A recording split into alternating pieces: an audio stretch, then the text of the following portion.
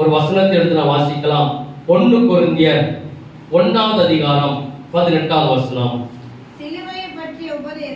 சிலுவையை பற்றிய உபதேசம் கெட்டு போகிறவர்களுக்கு அது பைத்தியமாக இருக்கிறது. ரட்சிக்கப்படுகிற நமக்கோ அது தேவ பலனாக காணப்படுகிறது. அல்லேலூயா. இந்த வசனத்துல சொல்லப்பட்டிருக்கிறது சிலுவையை பற்றிய உபதேசம். அப்ப வேதத்துல நிறைய உபதேசங்கள் இருக்குது. இயேசு ஊழியம் செய்த நாட்கள்ல நிறைய உபதேசங்களை நமக்கு சொல்லி தந்துட்டு போயிருக்கிறார். அதுல ஒரு உபதேசம் என்னது? சிலுவையை பற்றிய உபதேசம். அந்த வசனத்தை ரெண்டாக பிரிக்கப்பட்டிருக்கிறது. அத முதல்ல சொல்லப்பட்டிருக்கிறது சிலுவையை பற்றிய உபதேசம் கெட்டு போகிறவர்களுக்கு அது எப்படி இருக்குமா? பைத்தியம் போல தெரியும். கெட்டு போகிறவர்கள் இயேசுவை நம்பாதவர்கள், கிறிஸ்துவை நம்பாதவர்கள், உபதேசத்தை நம்பாதவர்கள், சத்தியத்தின்படி நடக்க விருப்பம் இல்லாதவர்களுக்கு அந்த வசனம் எப்படி இருக்கு? இது என்னடா புது ஒரு உபதேசமா இருக்கு. சிலுவை பற்றிய உபதேசம் கெட்டு போகிறவர்களுக்கு, கேட்டின் பிள்ளைகளுக்கு அது ஒரு பைத்தியம் போல தெரியும். ஆனால் அது கீழே சொல்லப்பட்டிருக்கு. அதை வாசிங்க. ரட்சிக்கப்படுகிற நமக்கோ அது தேவ பலனாக காணப்படுகிறது. அல்லேலூயா. அப்ப சிலுவையை பற்றிய உபதேசம் யாருக்கு பலன்? ரட்சிக்கப்படுகிற நமக்கு அது எப்படி இருக்குது? தேவனுடைய பலனாக காணப்படுகிறது. இன்னைக்கு இந்த சிலுவையை பற்றிய உபதேசம் இன்னைக்கு நமக்கு அது ஏற்றுக்கொள்ள முடியாது. அந்த சிலுவையில் தொங்கின இயேசுவை குறித்து நாம் ஒவ்வொரு நாளும் தியானிக்கும் போது அதனால நம்மளால ஏற்றுக்கொள்ளவே முடியாதுன்னா அவர் நிறைய உபதேசங்களை கெத்செமனே தோட்டத்திலிருந்து அவர் கல்வாரி சிலுவையில் தொங்கி கடைசில ஜீவனை விடுகிற வரைக்கும் நிறைய சத்தியங்களை நமக்கு சொல்லி தந்துட்டு தான் மரித்தார். ஆமாவா இல்லையா? ஆமா. ஆனா இன்னைக்கு அதை பாருங்க, இன்னைக்கு அந்த மரண நாளை நினைவு கூறும்படிக்காக நிறைய இடங்கள் என்ன செய்றாங்கன்னா அதை அனுசரிக்கிறார்கள். எதா? ஒரு லெந்து நாள்னு சொல்லி ஒரு 40 நாள் அனுசரிக்கிறார்கள். அதை நான் தப்பு என்று நான் சொல்லல. ஆனா அந்த சிலுவையை பற்றிய உபதேசத்தை நாம் கை கொண்டு, அந்த சிலுவையை பற்றிய உபதேசத்தை நாம் ஏற்றுக்கொண்டு அதன்படி நாம் ஜீவிக்கிறோமா? அதான் நம்முடைய பலன். அல்லேலூயா. பாரம்பரியமாய் நம்ம அதை வருஷம் அதை ஒரு தியானங்கிறது அது விருதமாக போய்விடும். அந்த சிலுவையை பற்றிய உபதேசம் என்ன சொல்லப்பட்டிருக்குன்னா அந்த உபதேசத்தை ரெண்டாக பிரிக்கப்பட்டிருக்கிறது. முதல் உபதேசம்னா உள்ளான மனுஷனை அது என்ன செய்யுது? பலப்படுத்துகிறது. சிலுவை பற்றிய உபதேசத்தை நாம் கை கொண்டு நடக்கும் போது, அதன்படி நாம் நடக்கும் போது உள்ளான மனுஷனை அது என்ன செய்யுது? பலப்படுத்துகிறது.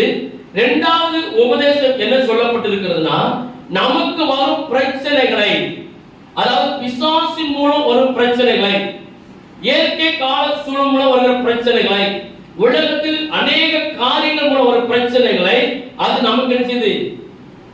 சரி பண்ணுகிறது, வெற்றியை தருகிறது. இதுதான் தேவ பலன். தேவ பலன்ங்கிறது என்னது? சிலுவையை பற்றிய உபதேசம் ரட்சிக்கப்படுகிற பிள்ளைகளுக்கு எப்படி இருக்கு? தேவனுடைய பலன்.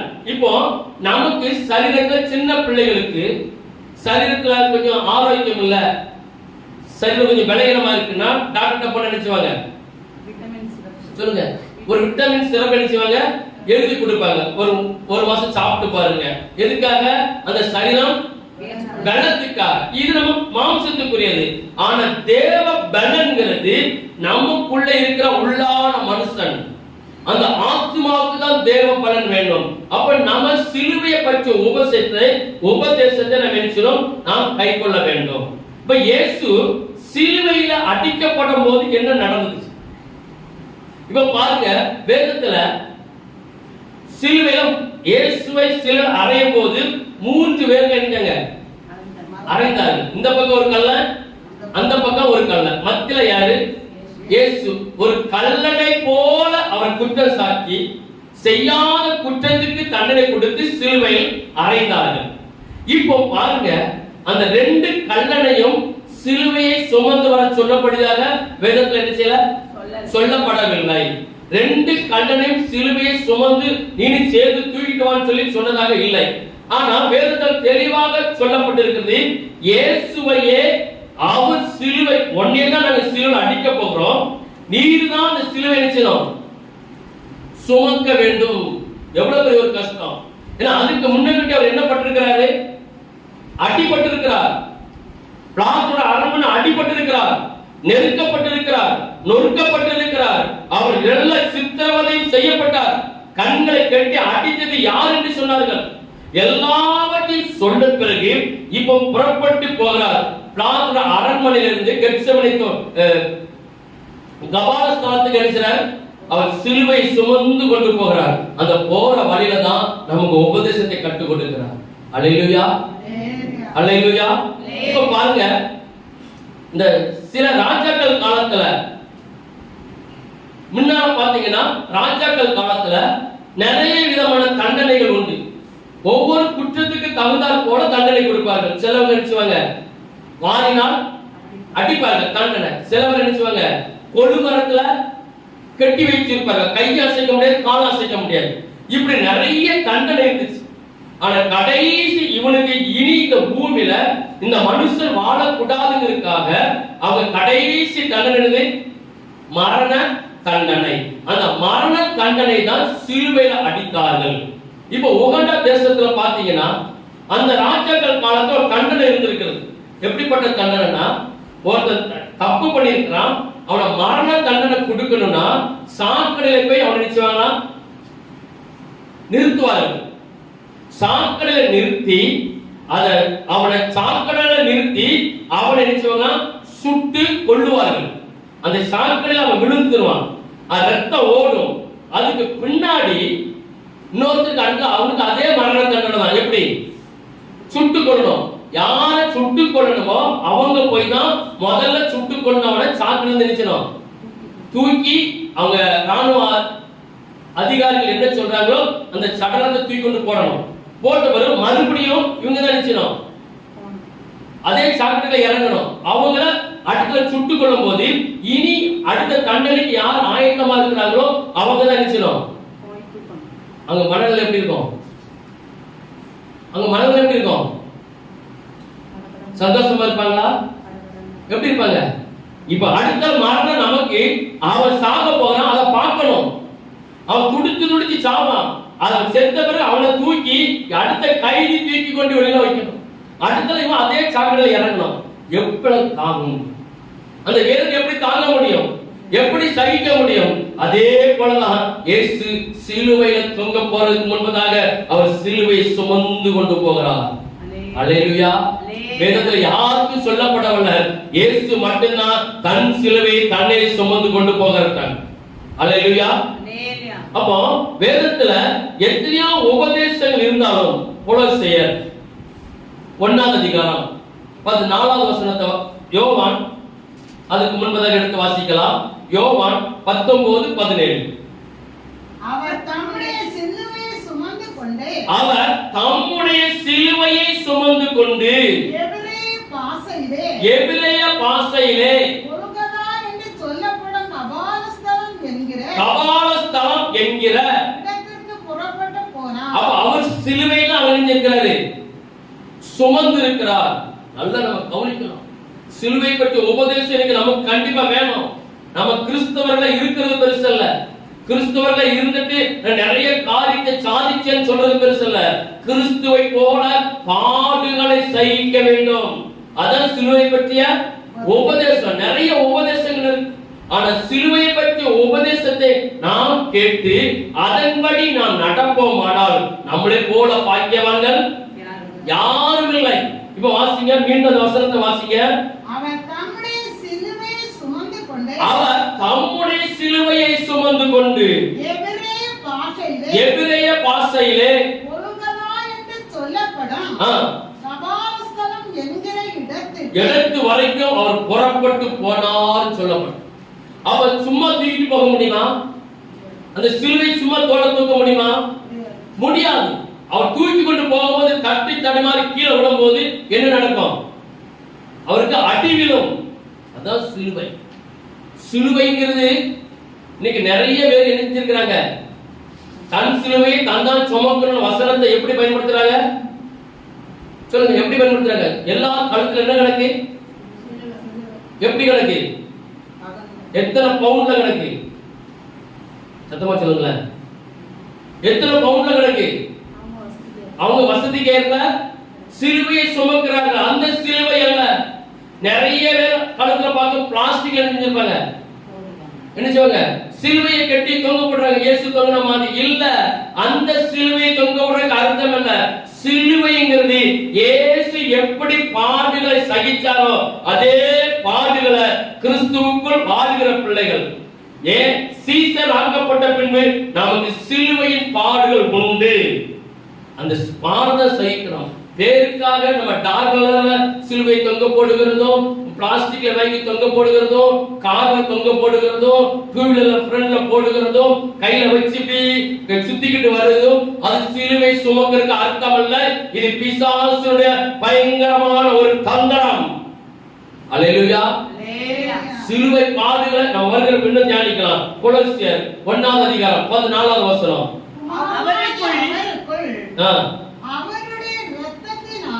ரத்தத்தினாலே அப்ப இயேசு நமக்கு சில காரியங்களை கற்றுக் கொடுக்கிறார். அந்த சிலுவையில் சுமந்துட்டு போய் அந்த சிலுவையில அடிக்கப்பட்டு ரத்தத்தை சிந்தனை நிமித்தம் நமக்கு ஒரு காரியத்தை கற்றுத் தருகிறார். அவருடைய ரத்தத்தினாலே நமக்கு பாவ மன்னிப்பு உண்டாயிற்று. அப்ப இயேசு சிலுவை சுமக்காவிட்டால், இயேசு சிலுவையில் அறையப்படாவிட்டால், இயேசு சில உபதேசங்களை சிலுவை மூலம் கற்றுத் தராவிட்டால் நமக்கு பாவ மன்னிப்பு கிடையாது. அந்த பாவ மன்னிப்புங்கிறது முன்ன ராஜாக்கள் காலத்துல இருக்கலாம், இல்ல ஒரு 100 வருஷத்துக்கு முன்பதாக இருக்கட்டுமே. அப்ப என்ன செய்வாங்கன்னா, நமக்கு ஒரு பாவம் செஞ்சனா யார்கிட்ட போய் சொல்லணும்? ஆசாரியன்ட்ட போய் சொல்லணும். நான் இந்த பாவம் செஞ்சிருக்கிறேன், இப்படி செஞ்சேன்னு சொல்லும் போது அவர் அவங்களுக்கு பாவத்துக்கு தகுந்தாற் போல, அவங்களுக்கு வசதிக்கு தகுந்தாற் போல புறா குஞ்சி, மாடு, ஆடு இப்படி சொல்லி சில மிருகங்கள் கொண்டு வந்து பலி செலுத்தி அது எப்படி பலி செலுத்த வேண்டும், எந்த முறையில பலி செலுத்த வேண்டும் சொல்லி ஆசாரியருக்கு கற்றுக் கொடுக்கப்பட்டது. அவங்க கற்றுக் கொடுத்ததை வைத்து அவங்க பலி செலுத்தணும். அதுக்கு பிற்பாடு பாவ மன்னிப்பு என்று சொல்லி சில ஆசாரி முன்பிட்டு தான் பாவம் செஞ்சேன்னு சொல்லுவாங்க. அவங்க உடனே சொல்லுவாங்க, உன் பாவம் உனக்குது மன்னிக்க பட்டது ஆசாரியன் சொல்வார்கள். அதெல்லாம் பழைய முறைமைகள். அப்படி அல்ல. நாம் பாவ மன்னிப்பு நிச்சயத்தை பெற வேண்டும் என்றால் நமக்கு எப்பேற்பட்ட பாவமும், நம்ம எதெல்லாம் பாவம் என்று தெரிஞ்சும் நாம் துணிகரமாய் செய்து கொண்டிருந்தாலும் அந்த இயேசுவின் ரத்தத்தால் மட்டும்தான் அந்த பாவம் மன்னிக்கப்பட முடியும். அல்லேலூயா. அந்த பாவம், அந்த 20ஆவது வசனத்தை வாசிங்க. அவர் சிலுவையில் சிந்தின இரத்தத்தினாலே, அவர் சிலுவையில் சிந்தின இரத்தத்தினாலே சமாதானத்தை உண்டாக்கி, சமாதானத்தை உண்டாக்கி, பூலோகத்தில் உள்ளவைகள், பூலோகத்தில் உள்ளவைகள், பரலோகத்தில் உள்ளவைகள், பரலோகத்தில் உள்ளவைகள் யாவையும் அவர் மூலமாய் தமக்கு ஒப்புரவாக்கி கொள்ளவும். அப்ப சிலுவையில் சிந்தின இரத்தத்தினாலே நமக்கு என்ன வந்துச்சு? ஒப்புரவாக்கி கொள்ளவும், ஒப்புரவாக்கி கொள்ளவும் அவருக்கு பிரியமாயிற்று. அவருக்கு பிரியமாயிற்று. முதல்ல என்ன சொல்லப்பட்டிருக்கு? அவருடைய ரத்தத்தினாலே பாவ மன்னிப்பு. அவர் சிலுவையில் சிந்தின உபதேசம் நமக்கு எது கற்றுக் கொடுக்கிறது? பாவ மன்னிப்பை கற்றுக் கொடுக்கிறது. இரண்டாவது ஒப்புரவாக்குதலை நமக்கு அறிவிச்சது கற்று தந்து கொண்டிருக்கிறது. எபேசியர் 1ஆம் அதிகாரம் 7ஆவது வசனம். அவருடைய கிருபையின் ஐஸ்வரியத்தின்படி, அவர் கிருபையினுடைய ஐஸ்வரியத்தின்படி இவருடைய இரத்தத்தினாலே பாவ மன்னிப்பாகிய மீட்பு இப்பொழுது நமக்கு உண்டாயிருக்கிறது. பாவ மன்னிப்பாக மீட்பு நமக்கு நினைத்து உண்டாக்கப்பட்டது. அவர் சிலுவையில கொடுக்கிற உபதேசங்கள் என்னன்னா, நாமும் அடுத்தவங்க பாவங்களை என்ன செய்யணும்? மன்னிக்கணும். சிலுவை பற்றிய உபதேசம் என்னது? இயேசு மன்னித்தார், வாழ்ந்து காட்டினார். நாமும் அடுத்தவங்களுடைய பாவங்களை நாம் என்ன செய்யணும்? மன்னிக்கணும். மன்னிக்க முடியாத பாவம் ஒன்று இல்ல. ஒருத்தர் வந்து ஒரு பாவத்தை செய்துவிட்டு அதை வருந்தி, நான் தெரியாம செஞ்சுட்டேன், இனி நான் செய்ய மாட்டேன் சொல்லும் போது கண்டிப்பா நம்ம என்ன செய்யணும்? மன்னித்து தான் ஆக வேண்டும். நம்ம இருதய கடினப்படக்கூடாது, நம்ம இருதய அந்தகாரப்படக்கூடாது, நம்ம இருதயத்துக்குள்ள மேட்டிங் வந்துடக்கூடாது. நான் என்ன செய்ய மாட்டேன், நான் மன்னிக்கவே மாட்டேன். அவ சும்மாவா செஞ்சுட்டா, நான் மன்னிக்கவே முடியாதப்பா. நான் ஒருவேளை நரகம் போனாலும் பரவாயில்ல, நான் என்ன செய்ய மாட்டேன். அப்படி ஒரு வைராக்கியம் நமக்கு வரக்கூடாது. இயேசு சிலுவையில நமக்கு கற்றுக் கொடுத்த உபதேசம் என்னது?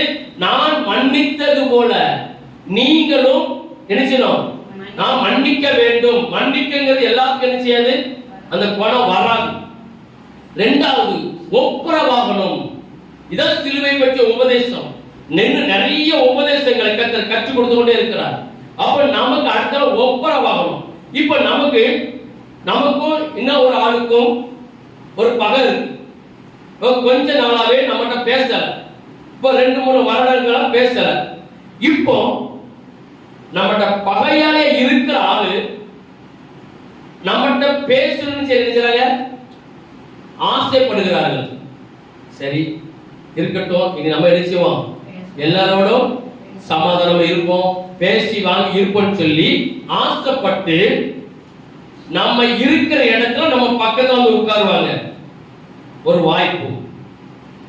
இரண்டாவது, நீங்க நல்லா கவனிச்சு பார்க்கணும், ஒப்புரவாகிறது எப்படி நடக்குன்னு சொல்லி. டைரக்டா வர மாட்டாங்க. ஆனா அவங்க ஒரு கல்யாண வீட்டுக்கோ ஏதாவது ஒரு விசேஷ வீடுகளுக்கு போனோம், நம் பக்கத்துல வந்து நினைச்சுவாங்க, உட்காருவாங்க. அப்ப நம்ம நினைச்சுக்கணும், அதான் சரி. உடனே அவ இருக்கிற இடத்துல நான் இருக்க மாட்டேன், எழுப்பி பேருவான்னா உனக்கு சிலுவை பற்றிய உபதேசம் நம்மகிட்ட இல்லை. இல்லை, பக்கத்துல உட்காரணும். அந்த அனுபவம் நமக்கு வேணும். இரண்டாவது, நம்ம பேசி கொண்டு இருப்போம், சம்பந்தம் இல்லாம அவங்க பேசுவாங்க, நம்ம பேச்சுக்கு அவங்க நினைச்சுவாங்க பதில் கொடுப்பாங்க, நம்ம பேச்சுக்கு அவங்க வரும். அப்ப என்ன அர்த்தம், நான் சமாதானத்துக்கு வருகிறேன், ஐக்கியத்துக்கு நான் விரும்புகிறேன்னு சொல்லி அப்படிதான் நமக்கு வருவன் தவிர டைரக்டா வீட்டு வாசல் தட்ட மாட்டாங்க. ஒப்புரவாகிறது அப்புறம் டைரக்டா தட்டுங்க நம்ம என்ன செய்ய மாட்டோம், ஏற்றுக்கொள்ள மாட்டோம். ஏன்னா நம்மள யாரு, சத்தம் சொல்லுங்க. நரகத்துக்கு போற பரிசுத்தவான்கள், பரலோகத்துக்கு போற பரிசுத்தவான்கள் இல்ல. பரலோகத்துக்கு போற பரிசுத்தவான்கள் என்னென்ன உடனே மன்னிக்கிறவங்க இருதயம் என்ன செய்யும், இழவும். இருதயம் இழகிதான் ஆகணும். ஆனால் சிலுவையை பற்றி உபதேசம் என்னன்னா, நாம் ஒப்புரவாக வேண்டும். ஒப்புரவாகிறதுக்கு சில சூழ்நிலைகளை கர்த்தர் தருவார். நமக்கு நம்ம ஆசீர்வதிக்கப்படணும். நம்ம பரலோகம் போறதுக்காக, நம்மளை சரி பண்றதுக்காக அந்த எதிர் ஆத்துமாட்டோட பேசுவார். நீ பக்கத்துல உட்காரு, நீ பேசு, அதை செய், இதை செய். வேன்ல போகும்போது பக்கத்துல உட்காரு, வந்த உட்காரால எழுதி மின்சீட்டுக்கு வரலாம். பஸ்ல போகும்போது பின்னால உட்காரால, முன்னாடி பக்கத்துல உட்காரு. அவ என்ன செய்யறா பாரு.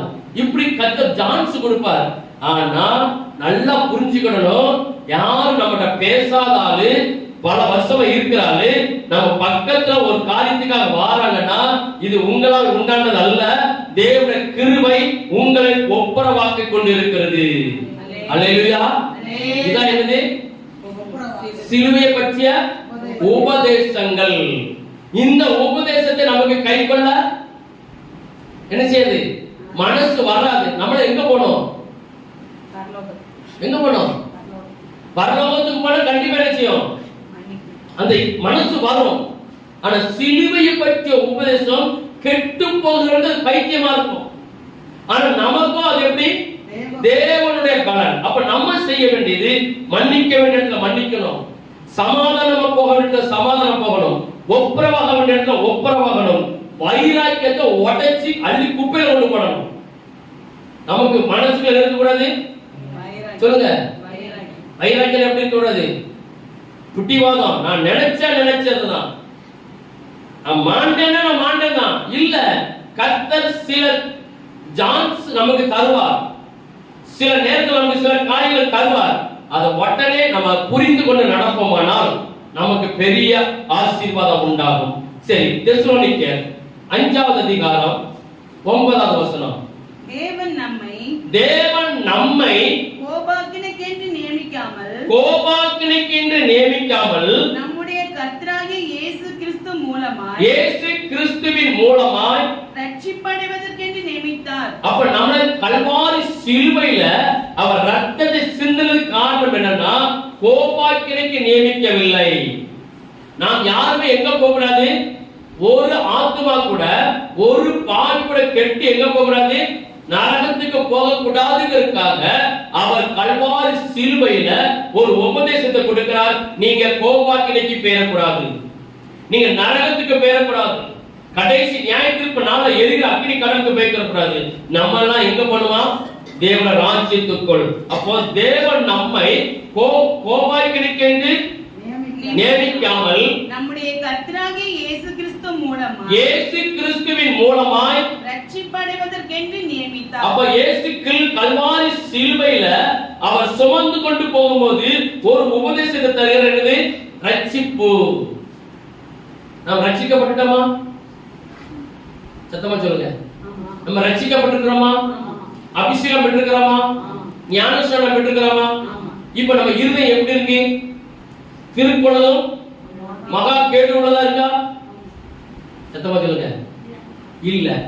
இல்லன்னு சொன்னா நம்ம கிறிஸ்து பற்றிய உபதேசம், சிலுவையை பற்றிய உபதேசத்தை நாம் கை கொள்கிறோம். அல்லேலூயா. சத்தமா சொல்லுங்க. அல்லேலூயா. அப்போ சிலுவையில தொங்கின இயேசு சிலுவையில தொங்கின நிமித்தம் நமக்கு ஒரு 13 விதமான ஆசீர்வாதங்கள் நமக்கு கொடுக்கப்பட்டிருக்கிறது. அதுக்கு நான் சொல்றேன், ஒவ்வொரு ஆசீர்வாதமா சொல்றேன். இயேசு சிலுவையை சுமந்து கொண்டு போய் சிலுவையில தொங்கி கடைசி சொட்டு ரத்தம், முதல் ரத்தம் எங்க சிந்தினார்? இயேசு சிலுவைக்கு, அதாவது முத இயேசுவின் ரத்தம் முதல்ல எங்க சிந்தப்பட்டுச்சு? கெத்செமனே தோட்டத்துல அவர் அதிக வியாகுலப்படும் போது, அவர் வியாகுலப்பட்டு ஜெபிக்கும் போது அவர் ரத்த நாணயங்கள் வெடிக்கப்பட்டு ஆட்டோமேட்டிக்கா இருந்துச்சு. வேர்வை வெளியா? முதல் ரத்தம் எங்க வெடித்தது? யாரு கேட்டாலும் சிலுவைன்னு சொல்லிடாதீங்க. முதல் ரத்தம் எங்க வெடித்தது? கெத்செமனே தோட்டத்துல. ஒரு காயம் வரல, யாரும் அடிக்கல, ஆண்டவர் யாரும் தொடல, அவர் செபிக்கிறார். அதிக வியாகுலத்தோடு செபிக்கும் போது அந்த செபத்துல ஒரு வெளிப்பாடு வருது. அவர் ரத்தம் அப்படியே ரத்தம் ஓவர் பிரஷர், நரம்புலாம் வெடிக்குது. ஆனா வெடித்தது மட்டுமல்ல, வேதத்துல ஒரு காரியம் மறைக்கப்பட்டு இருக்கிறது. அவர் ரத்தம் வெளிப்பட்டுச்சான். அந்த ரத்தம் எங்க வடிந்தது? அவரோட அங்கில வடிந்தது. அந்த வேதத்துல இருந்தது மறைக்க. கெத்செமனே தோட்டத்துல அது வியாகுலத்தோடு ஜெபிச்சார், ரத்தம் வந்ததுன்னு இருக்கு. ஆனா அந்த ரத்தம் எங்க இருக்கு? அங்கில வடிந்தது. இது எனக்கு யார் கற்றுக் கொடுத்தான்னா, நான் ஒரு நாள் ஒரு அசுத்தாவி கட்டு உடைக்கும் போது அந்த ஆவி பயங்கரமா போராடி கொண்டிருந்தது. அதிகமா நான் போக மாட்டேன், நான் யாரு சொல்லி அதிகமா அதை போராடி கொண்டிருக்கும் போதுதான் அது ஒரு வார்த்தை சொன்னது. இயேசு கெத்செமனே தோட்டத்துல அதிக வியாகுலத்தோட ஜெபிக்கும் போது அவர் அங்கில வடிந்த ரத்தம், அந்த ரத்தத்தினால என்னை சுட்டி ஏறி நான் போயிடுவேன்னு சொல்லிச்சு. அதுக்கு பிறகுதான் எனக்கு என்ன வந்துச்சு, ஓ அப்ப அவர் அழும்போது அந்த ரத்தம் எல்லாம் வடிஞ்சிருக்கு? அங்கில. கடைசியா வடிஞ்ச ரத்தம் எதுல? முதல்ல வடிஞ்சது கெத்செமனே தோட்டத்துல. கடைசியா வடிஞ்ச ரத்தம் எந்த இடத்துல? சிலுவையில. எந்த இடத்துல? எந்த கடைசி சொட்டு ரத்தம் எதுல வடிஞ்சது? அவரை சிலுவையில அரைஞ்சாச்சு.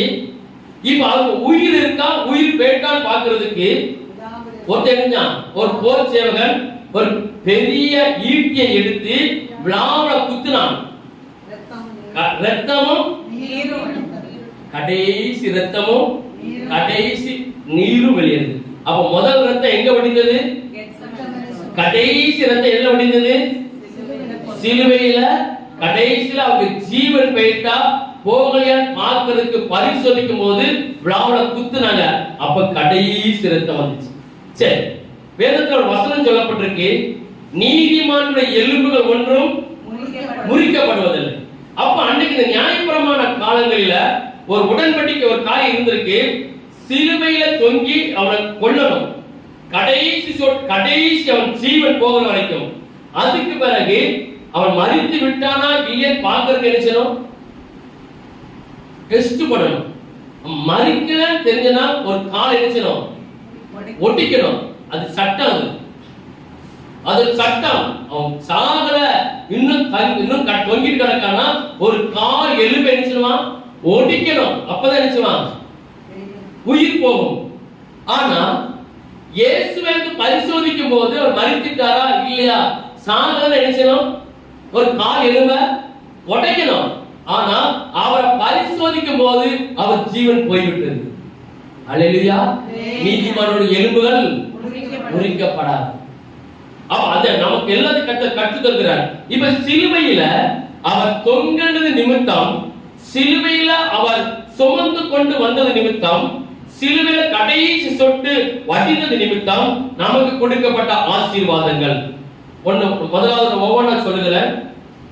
இயேசு சிலுவையில் தண்டிக்கப்பட்டார், நாம் மன்னிக்கப்படுகிறோம். முதல் ஆசீர்வாதம் இது. இயேசு சிலுவையில் தண்டிக்கப்பட்டார், நாம் மன்னிக்கப்படுகிறோம். இயேசு சிலுவையில் காயப்பட்டார், நாம் குணமாக்கப்படுகிறோம். இயேசு பாவியாக்கப்பட்டார் சிலுவையில, நாம் பரிசுத்தமாக்கப்படுகிறோம். இயேசு நியாயம் தீர்க்கப்பட்டார், நாம் நீதிமானாய் மாறுகிறோம். இயேசு மரணத்தை ருசி பார்த்தார், நாம் ஜீவனை ருசி பார்க்கிறோம். இயேசு அந்த கேடு அடைந்தார் எங்க சிலுவையில. ஆனா நமக்கு ஆனந்த பாக்கியம் தந்திருக்கிறார், சந்தோஷத்தை சமாதானத்தை தந்திருக்கிறார். இயேசு நொறுக்கப்பட்டார், நாம் உருவாக்கப்படுகிறோம். இயேசு கைவிடப்பட்டார், நாம் உருவாக்கப்படுகிறோம். அதுபோக இயேசு அசட்டை பண்ணப்பட்டார், நாம் கனப்படுத்தப்படுகிறோம். இயேசு சாபமாக்கப்பட்டார், நாம ஆசீர்வதிக்கப்படுகிறோம். இயேசு பரியாசமானார், நாம் அவருக்கு பங்காளியாய் ஆகிறோம். இப்படி இயேசு புறக்கணிக்கப்பட்டார், நாம் ஏற்றுக்கொள்ளப்படுகிறோம். இப்படி 13 விதமான ஆசீர்வாதங்கள் இயேசு சிலுவையில தொங்கின நிமித்தம் நமக்கு கிடைத்தது. அப்ப இயேசுடைய சிலுவை உபதேசங்கிறது, அவர் கெத்செமனே தோட்டத்திலிருந்து அவர் 3 வருஷம் ஊழியம் செய்தார். நிறைய பகுதிகளுக்கு ஊழியம் செய்தார்.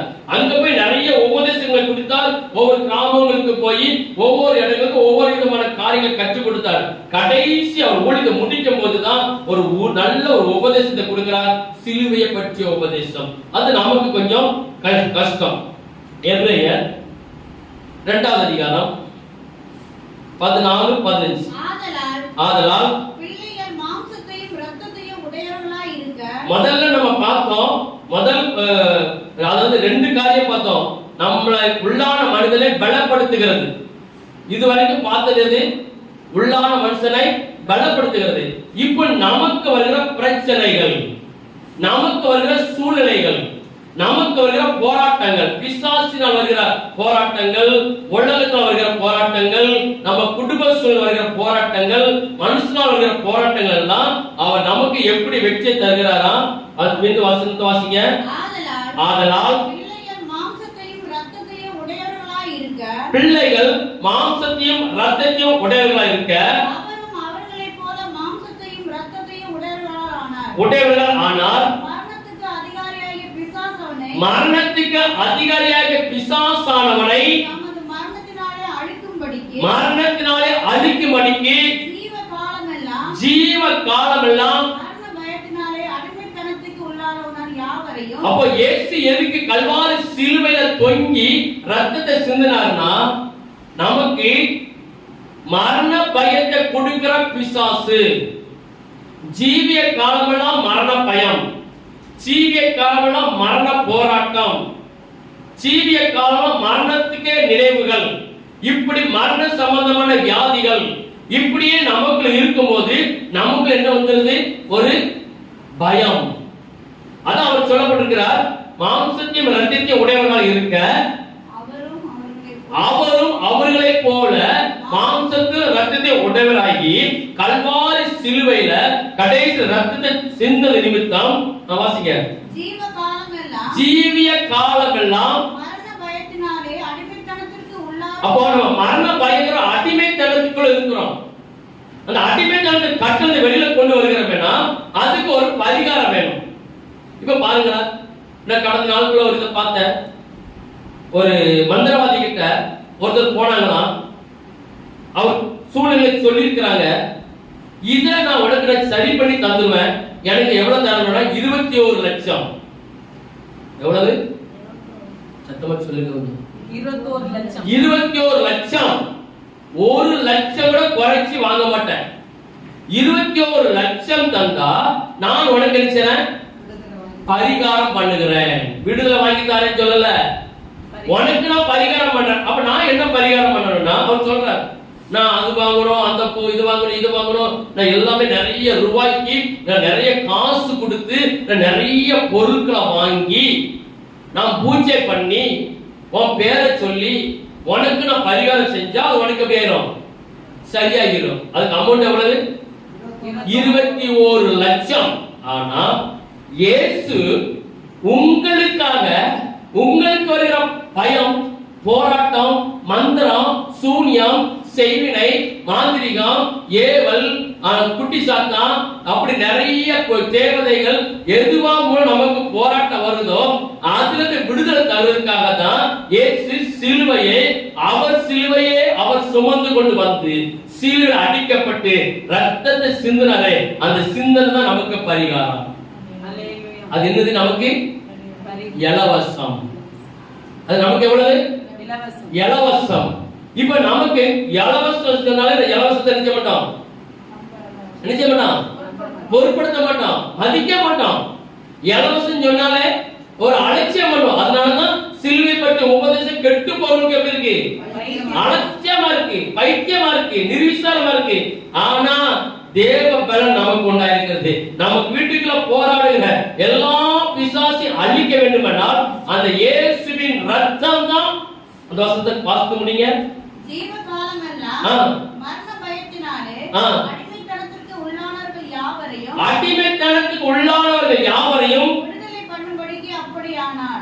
அப்ப விடுதலை ஆவதற்கு தான் இயேசு சிலுவையில உபதேசத்தை சொன்னது மாத்திரமல்ல, அவர் ஒரு காரியத்தை நமக்கு தருகிறார். என் ரத்தத்தை இலவசமா தரேன், என் ரத்தத்தை நீ பயன்படுத்து, என் ரத்தத்தை சொல்லு. அவன் நிச்சயமா எதிராளி, நமக்கு வியாதியை போட்டுக்கிற எதிராளி, நோயை கொடுக்கிற எதிராளி, ராத்திரி படுத்த தூக்க வர மாட்டேங்குது, பயம். அதுதான் வரலையா? என்ன பயம்? யாரோ கதவு தட்டுறாங்க, யாரோ வீட்டுல வந்து உட்கார்ந்து இருக்கிறாங்க, யாரோ பின்ன வாடுறாங்க, நான் போற இடம்லாம் என் கூடயே வாடுறாங்க, பயமா இருக்கு. அப்ப அவர் சொல்றாரு, நான் உனக்கு இலவசமா தந்திருக்கிறப்பா, அந்த ரத்தத்தை, இயேசுவின் ரத்தத்தை என் மேல பூசுறேன்னு சொல்லிடு, அந்த பிசாசு உன்னை தொடாது. ஆனா அது என்னது? எத்தனை லட்சம்? அது வெள்ளை மதிப்பற்றது. ஆனா உங்களுக்கு இலவசம். அல்லேலூயா. அடுத்த வசனத்தை வாசிங்க. கொலோசியர் 2ஆம் அதிகாரம் 14ஆம் வசனம். நமக்கு எதிரடையாகவும் நமக்கு விரோதமாகவும் இருந்த கையெழுத்தை குலைத்து. அப்ப அடுத்த ஒரு காரியத்தை இயேசு எதுக்கு கல்வாரி சிலுவையில உபதேசத்தை கற்று நிற்கிறானா? நமக்கு எதிரடையாகவும் நமக்கு விரோதமாக இருந்த கையெழுத்தை குலைத்து. அப்படின்னு அர்த்தம், உங்களுக்கு ஒருத்தர் மந்திரவாதம் பண்ணணும், சூனியம் பண்ணணும்னு சொல்லி அவன் கையெழுத்தாய் தகுடுல எழுதுவானாம். இன்னாரு இப்படி சாகணும், இன்னாரு இப்படி வதச்சி சாகணும். மரண கட்டு வேற, மரணத்துக்கு சம்மதமான கட்டு வேற. அவன் மரண கட்டுனா செத்து போயிருவாங்க. ஆனா மரண சம்பந்தமான கட்டுனா மறிக்க மாட்டாங்க, மரண கருவாயில கடந்து சித்திரவதை பண்ணுவாங்க, ஆனா மரணமாகாது. அந்த கட்டுக்கு பேர் என்னது? மரண கட்டு இல்ல. அதுக்கு ஒரு கட்டு அன்னைக்கு ஒரு மந்திரவாதி என்ன சொன்னா, அது மரண கட்டுனா செத்து போயிருவாங்க, மரண கட்டுன்னு வந்துடும். ஆனா இது மரணம் ஆகாது, மரணத்துக்கு ஒரு மரணம் ஆகாது, ஆனா மரண கட்டுல கடந்து சித்திரவதை பண்ண வைப்பாங்க. ஆனா உயிர் மட்டும் என்ன செய்யாது? வதச்சிட்டே கிடப்பாங்க, ஆனா மரணம் ஆகாது. அப்படிப்பட்ட ஒரு கட்டு இருக்குதான். அந்த கட்டை நான் சொல்லி மந்திரம் பண்ணிட்டேன்னா அந்த ஆத்மா, அந்த நபர் அவங்க மரணம் சாக மாட்டாங்க, ஆனா மரணத்துக்கே கடந்து போராடிட்டு கிடப்பாங்க, உயிர் போகாது. ஆனா ஆண்டவர் என்ன சொல்றா, நீ என்ன நம்புனா என் சிலுவை உபதேசத்தை நீ ஏற்றுக்கொண்டான்னா அப்படி உனக்கு ஒருத்தன் எழுதியிருக்கிறான். அவர் சொல்றாரு, அவன் எழுத்த எல்லாம் நான் அப்படியே உரிந்து கல்வாரி சிலுவையில ஆணி அடிக்கப்படும் போது அதை சேர்த்தே நான் அரைஞ்சிட்டேன். அந்த வசனத்தை வாசிங்க. நமக்கு எதிரடையாகவும் கட்டளைகளால் நமக்கு விரோதமாகவும் இருந்த கையெழுத்தை குலைத்து அந்த நடுவில் இராதபடிக்கு எடுத்து சிலுவையின் மேல் ஆணி அடித்து அவனுடைய துரைத்தனங்களையும் அதிகாரங்களையும் உரிந்து கொண்டு அவனுடைய பிசாசுடைய அதிகாரங்களை உரிந்து கொண்டு எப்படி இப்போ ஒரு தோட்டத்துல மாங்காய் கிடக்கு. ஒரு சின்ன பையன் என்ன செய்யறான்? தாவி மாங்காய் பறிக்க போயிடறான். இப்ப தோட்டத்துக்காரர் வந்துட்டார். அவர் என்ன செய்வார் சொல்லுங்க பாப்பா? அந்த காலத்துல இப்ப இல்ல, இப்ப அப்படிலாம் இல்ல. அவனை கூப்பிட்டு மேல் சட்டை கலந்துடா, கால் சட்டை கலந்துடா. சின்ன பையன் இருப்பான், அவனை எப்படி இருப்பாங்க? மேல் சட்டையும் கால் சட்டையும் கலந்துட்டு எப்படி இருப்பாங்க?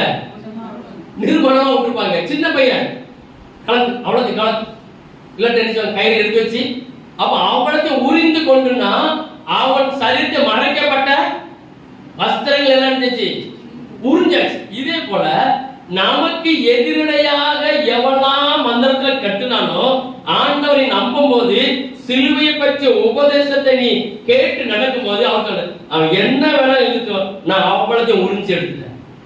ஆமென். அல்லேலூயா. அது உறிஞ்சி எடுத்தது பெருசு இல்ல. நான் கல்வாரி சிலுவையில ஆணி அடிக்கும் போது அப்பவே அடிச்சிட்டேன். அவன் தோத்து போனா நான் ஜெயிச்சிட்டேன். அல்லேலூயா. அதான் பவுல் சொல்றாரு. என்ன சொல்றாரு? நான் சிலுவை பற்றிய உபதேசம் எனக்கு எப்படி இருக்கு? சிலுவை பற்றி எனக்கு நல்லதுன்னு சொல்றார் பவுல். அழகா பிரசங்கம் பண்ணுகிறார். நான் யாரை குறித்து மேன்மை பாராட்டுவேன்? சிலுவையை தொங்கின இயேசுவை மேன்மை பாராட்டுவேன். சிலுவையை குறித்து நான் மேன்மை பாராட்டுவேன். காரணம் அதான் நமக்கு என்னது? ஒரு வெற்றியின் சின்னமாக காணப்படுகிறது. இன்னொரு வசனத்தை எடுத்து வாசிக்கலாம். யோவான் 19:34. ஈட்டியாலே அவருடைய விலாவில் குத்தினான். உடனே இரத்தமும் தண்ணீரும் புறப்பட்டது. அப்போ வெளிப்படுத்தல் 12வது அதிகாரம் 11வது வசனம். வெளிப்படுத்தல் 11:12. மரணம் நேரிடுகிறதா இருந்தாலும் அடுத்தல சொல்லிதரார், மரணம் நேரிடுகிறதா இருந்தாலும் அதற்கு தப்பும்படி தங்கள் ஜீவனையும் பாராமல் ஆட்டுக்குட்டியின் இரத்தத்தினாலும் தங்கள் சாட்சியின் வசனத்தினாலும் அவனை ஜெயித்தீர்கள். அதுக்கு தான் சிலுவையில தொங்கினார். மரணம் நேரிடுகிறதா இருந்தாலும் அதுக்கு தப்பும்படி தங்கள் ஜீவனையும் பாராமல் ஆட்டுக்குட்டியான இரத்தத்தினாலும் தங்கள் சாட்சியின் வசனத்தினாலும் அவனை யாரு? பிசாசை, மரணத்துக்கு அதிபதியாக பிசாசை. அப்ப இயேசு அப்படி சிலுவையில அவர் சிலுவையை அவரே சுமக்க வச்சு அவரே அடிச்சு விழாவில குத்தப்பட்டு முதுகு பிக்கப்பட்டு தாடிவை பிடிக்கப்பட்டு ஏசாயா தீர்க்கதரிசியின் புத்தகத்தில் சொல்லப்பட்டது போல 53 அதிகாரத்தில் சொல்லப்பட்டது போல அவர் வாயை திறவாதிருந்தார். அவர் வாயை திறந்து ஒண்ணுமே சொல்லல. காரணம் பிசாசை ஜெயிக்க வேண்டும். அல்லேலூயா. அப்ப சிலுவைக்கு உபதேசம் நமக்கு நல்லதா இருக்கா கெட்டதா இருக்கா? அதன்படி நம்ம நடப்போமா இல்லையா? சத்தமா சொல்லுங்க. இப்ப அதான் பார்க்க போறோம், நடக்குமா இல்லையா? இயேசுவை போல நாம் பாடுகளை சகிக்க வேண்டும். இயேசு எப்படி கெத்செமனே தோட்டத்துல அவர் சிலுவையை சுமந்தாரோ அதே போல ஒரு வசனத்தை வாசிக்கலாம். மத்தேயு சுவிசேஷம் 16வது அதிகாரம் 24வது வசனம். அப்பொழுது இயேசு தம்முடைய சீஷர்களை நோக்கி ஒருவன் என்னை பின்பற்றி வர விரும்பினால் அவன் தன்னைத்தானே வெறுத்து சிலுவையை எடுத்துக்கொண்டு அப்ப இயேசுவை நாம் பின்பற்றுகிறோமா இல்லையா? இப்ப நம்ம இயேசுவின் பிள்ளையா இருக்கோம். பரலோக ராஜ்யத்துக்கு போறதுக்காக நம்ம எல்லாம் அபிஷேகம் பண்ணாச்சு, ஞானஸ்நானப்பட்டாச்சு, ரட்சிக்கப்பட்டாச்சு. இப்ப இயேசுக்கு பிள்ளை, இப்ப பரலோகம் போறோம். ஆனா அவர் ஒரு காரியம் சொல்லுகிறார். என்ன சொல்றார்? ஒருவன் என்னை பின்பற்ற வர விரும்பினால் தன் சிலுவையை எடுத்துக்கொண்டு. அப்ப நமக்கு என்ன உண்டு? சிலுவை என்னது? சத்தமா சொல்லுங்க. பாடுகள். அப்ப நம்ம இயேசுவை பின்பற்றி போடும்போது நமக்கு அநேக உண்டு. என்ன மாதிரி பாடு? நிந்தை, அவமானம், வெட்கம், பரிகாசம், பொய் சாட்சி, வேற கள்ள ஊழியன், அவன் திருட்டு பைய, அவன் போஜனக்காரன், அவன் விபச்சாரக்காரன், அவன் கீழ் வீட்டுல பிரச்சனை பண்றவன், மேல் வீட்டுல பிரச்சனை பண்றவன், எங்க போனாலும் அவன் தொந்தரவு அப்படின்னு சொல்லி நம்மள ஒரு குப்பை தொட்டி போல ஆக்கிடுவாங்க. குப்பை தொட்டி என்னது? ஒரு தெருவுல ஒரு குப்பை தொட்டி கொண்டு வைக்கிறாங்க, டஸ்ட்பின். இப்ப அந்த டஸ்ட்பின்ல 10 வீட்டோட குப்பை என்ன செய்யும்? எதெல்லாம் வந்து விடும் சொல்லுங்க பாப்போம். அந்த குப்பை தொட்டியில 10 வீட்டோட டஸ்ட் எதெல்லாம் வந்து விடும்? அந்த குப்பைக்கு என்ன மாதிரி குப்பை விடும் சொல்லுங்க?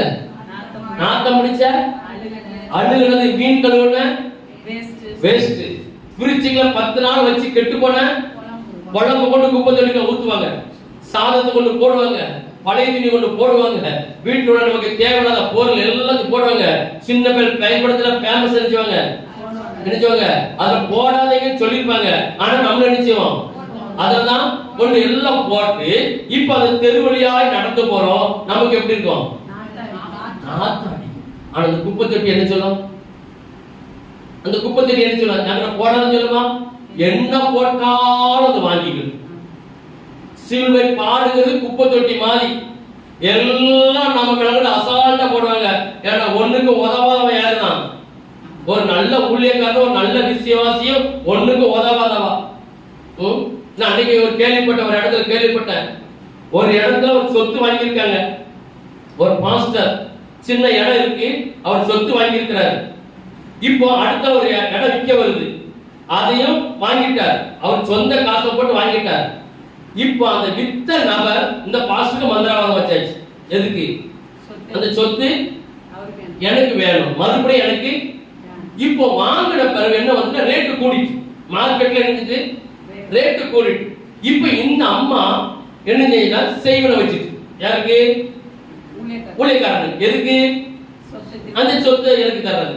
இப்ப அந்த அம்மா என்ன சொல்லுதுன்னா, ஊழியக்கார பையனுக்கு எதுக்கு சொத்து? ஊழியக்கார பையனுக்கு எதுக்கு சொத்து? சும்மா தந்துட்டு போட்டோம். அவன் சும்மா நான் காசு கொடுத்து வாங்க மாட்டேன், சும்மா தருகிற வரைக்கும் விட மாட்டேன். எப்படி? காசு கொடுத்து வாங்கினது அவரு, இப்ப தேவைப்படுது. இப்ப அந்த அம்மா என்ன சொல்லுது? ஊழியக்கார பையனுக்கு எதுக்கு சொத்து? அந்த அளவுக்கு ஊழியக்காரன பேசுவாங்க, நிந்தையா பேசுவாங்க, அவமானமா பேசுவாங்க, போய் குற்றச்சாட்டு சொல்லுவாங்க. குடும்பமே உனக்கு யாரு? சத்துரு. வீட்டாரே உனக்கு சத்துரு. முதல்ல ஆண்டவர் சொல்லிட்டாரு. அப்ப நமக்கு எல்லாருமே சத்துருவாய் செயல்படுவாங்க. ஒரு குப்பை தொட்டியை காட்டிலும் நம்ம மேல அதிகமான நாற்றம் எடுத்த காரியம் வந்து விழும். அதான் சொல்றாரு, உன் சிலுவை நீ சும. நான் சுமந்தல்ல, நான் உனக்கு சுமந்து காமிச்சல்ல, நான் உனக்கு மாதிரியை காமிச்சல்ல. அப்ப நமக்கு சிலுவை பற்றி உபதேசம், நமக்கு நிறைய பாடுகள் வந்தாலும் நாம் பொறுமையா என்ன செய்யணும்? சகிக்கணும். பொறுமையாய் சகிக்கணும். நம்ம மாம்சத்தில் இருக்கனால மனம் தவறி ஒரு வார்த்தை சொல்லிட்டேன்னா பாஸ்டர் நினைச்சாரு எப்படி பேசிட்டாரு. இருந்தாலும் ஊழியர்கள் இப்படி பேசலாமா? இருந்தாலும் ஊழியர்கள் இப்படி பேசலாமா? ஏன்னா அவருக்கு வைத்தியத்தில் வராதா? அவருக்கு கோபம் வராதா? அவரு உங்களை மாதிரி மாம்சத்தில் ரத்தத்தில் இருக்கிறாரு, அவருக்கு சூடு கிடையாதா? சொன்ன என்ன வேணா உறிஞ்சி போட்டணும். நம்மள காரி துப்புனாலும் நினைச்ச கூடாது, ஒண்ணு சொல்ல தொடச்சு போட்டு நினைச்சணும். ஆனா ஆண்டவர் சொல்றாரு, இதான் சிலுவைப்பாடு, இதான் சிலுவைப்பாடு. நம்மளை எல்லாம் பேசும். ஒருவன் என்னை பின்பற்ற வர விரும்பினால் தன்னைத்தான். அன்னைக்கு ஒரு கட்டு உடைச்சேன், ரொம்ப போராடிச்சு, பயங்கர போராடிச்சு. அதுக்கு ஆர்குமெண்ட் நடந்துட்டு இருக்கும்போது, நீ எவ்வளோடா மந்திரம் படிச்சான்னு கேட்டேன். அவன் நீ கண்டுபிடினா. நான் ஆண்டவர்கிட்ட கேட்டேன், ஆண்டவர் நீங்க சொல்லிதாங்க ஏசா பண்ணேன். அவன் போராடிட்டு இருக்கும்போது நான் கையை விரிச்சு காமிச்சேன், இவ்வளவு படிச்சுக்கேன். அவன் வாயால சொல்லுனேன், வாயால சொல்ல முடியாது. நான் டக்குனு என் மனசுக்குள்ள ஏவுது வந்துச்சு, நீ 16 கோடி படிச்சிருக்கான்னு. டக்குனு முகனிச்சு சுருங்கிச்சு. நீ கண்டுபிடிச்சிட்டிய, நீ கண்டுபிடிச்சிட்டிய அப்படின்னா சரி, இப்ப என்ன செய்யணும்?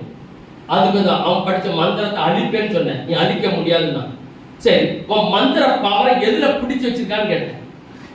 அதை ஒன்னியால கண்டு பிடிக்கவே முடியாதுன்னு சொல்லி சவால் விட்டான்.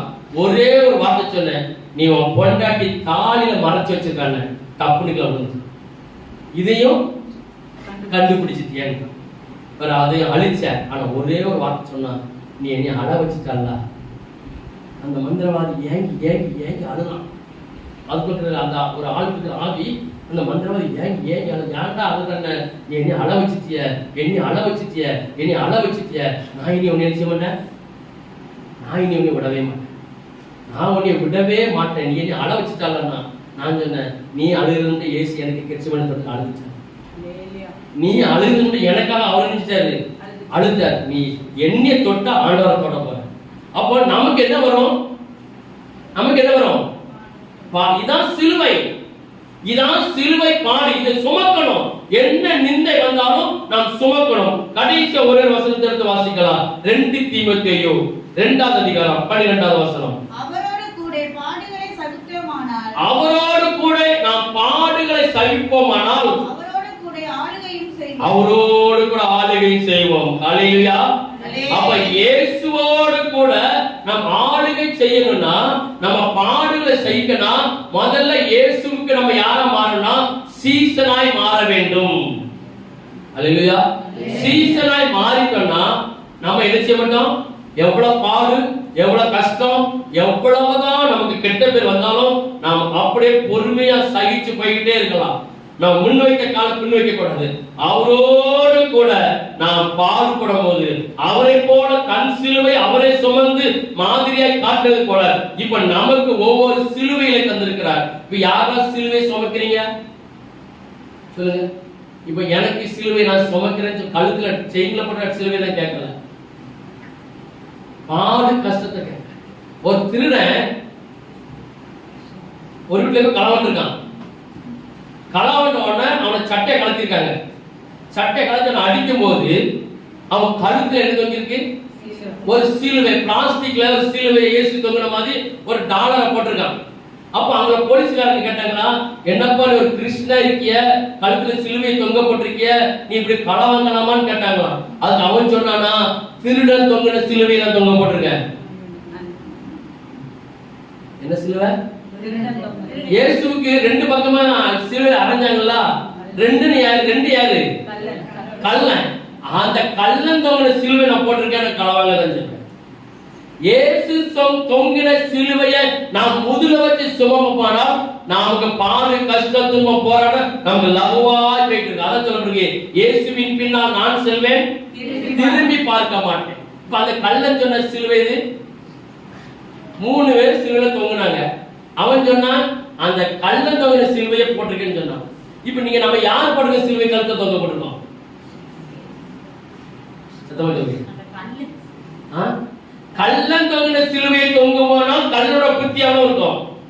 இயேசு தொங்கின சிலுவையை முதுல சுமப்பானால் இயேசுனுடைய எல்லா சாயல் குணாதிசயம் அவருடைய எல்லாமே நமக்குள்ள வந்துரும். நம்ம ஆசீர்வதிக்கப்படுவோம். கடைசியா சொல்றார், அவரோடு கூட நாம் ஆளுகை செய்யும் போது அந்த வசனத்தை வாசிங்க. அவரோடு கூட பாடுகளை, அப்ப இயேசுவோடு கூட நாமும் பாடுகள் படும்போது அவரோடு கூட ஆளுகையும் ஒரு நாள் என்ன செய்ய போறோம்? அங்க போய் அப்ப உங்களுக்கு என்ன உரிமை தரப்போறாரு?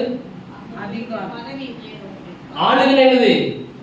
ஆட்சி செய்ய போறோம். வசனம் போய் சொல்லாது. நீங்க சும்மா இருக்க வேண்டிய அவசியம் இல்ல.